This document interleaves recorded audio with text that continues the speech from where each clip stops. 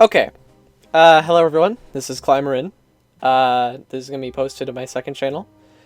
So this is basically commentary over a speed edit of the redesign for one of my superheroes. You might know some of my superheroes from my main channel, where I've posted some of their themes, but this is one of them. Actually, they're a supervillain. Now, their original name was Emelia, which was sort of a play on words of enemy, and then their secondary, and then their code name was Emelia. The motif for all of them is that they have an initial followed by a name. So that was an Emelia, and then now, since this redesign is way different from what like the vibe of Emelia, her new name is Chantelle.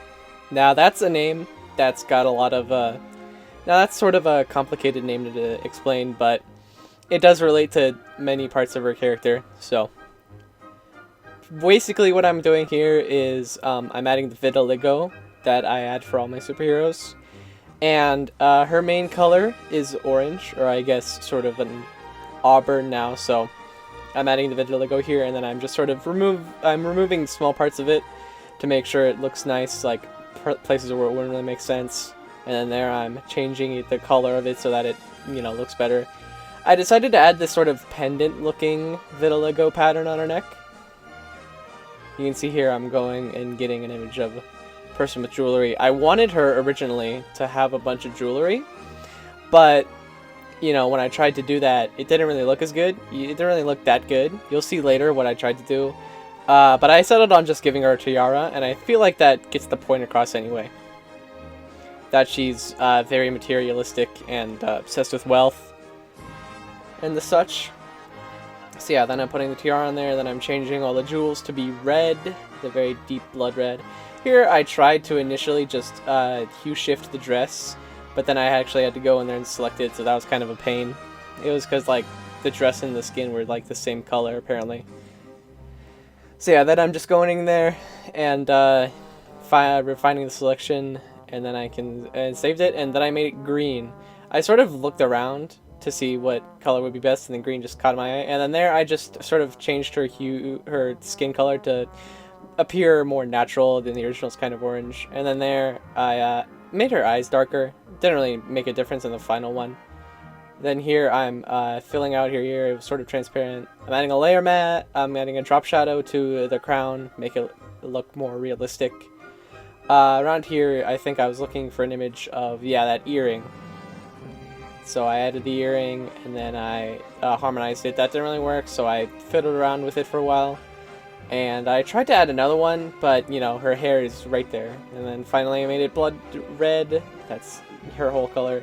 I was thinking about that, adding a shadow, but then I realized it doesn't really make sense with perspective. So then I went and got a bracelet to add to her, but then it got so small that it sort of just didn't really look good. I added 3 of them, and I wanted to make them sort of all distinct from each other. Yeah, this part is will get deleted eventually, so I don't really want to say much about it. I put them over here, and I was like, nah. So then I move on, and I add her name in text up there. That's like some random default font. That's just to save for later. And then I go ahead and select her hair, and I color it red.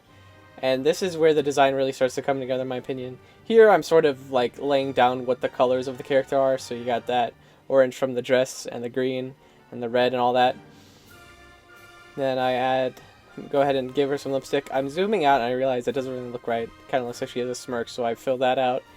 Then I go to the dress again and I add a gradient. And yeah, this is a part that I really do like, where but then also I do get reminded of Poison Ivy. Here I'm fiddling with the colors some more. Again, these are gonna get deleted later, but it doesn't really matter. You know, it's just part of the process. I was thinking about having like an inverted color, like sort of a symmetry, but you know, that doesn't really fit with the rest of her design. That's not really a motif that she has. Then eventually I just decide to get rid of them all, and then I go back in there and I clean up the vitiligo some more. And so at this point, I'm fiddling with the idea of maybe giving her makeup, because I was sort of inspired by the evil queen from Snow White. But, you know, I decided against that. And then about now, the design is mostly done. So this is about when I decide to add a background. And this first image doesn't really work out. She would be standing in the pool. So then I get this image. I move it around, bring it over there. And then I mess with the colors, give it sort of a dreamy haze-like appearance. Yeah, there I'm changing it around. Just sort of messing with it. And then, yeah, so it's pretty much finished by then. I give her some drop shadow.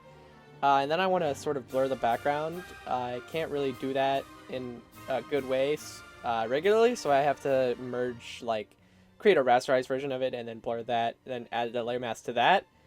Yeah, then I get a font for the title, which I sort of just add there. It's a detail, but I don't keep it in the final one. And here's the final image. So yeah, it's got a lot of nice colors. The red versus the green contrasting colors always make for a good palette. Yeah, that's about it. See ya.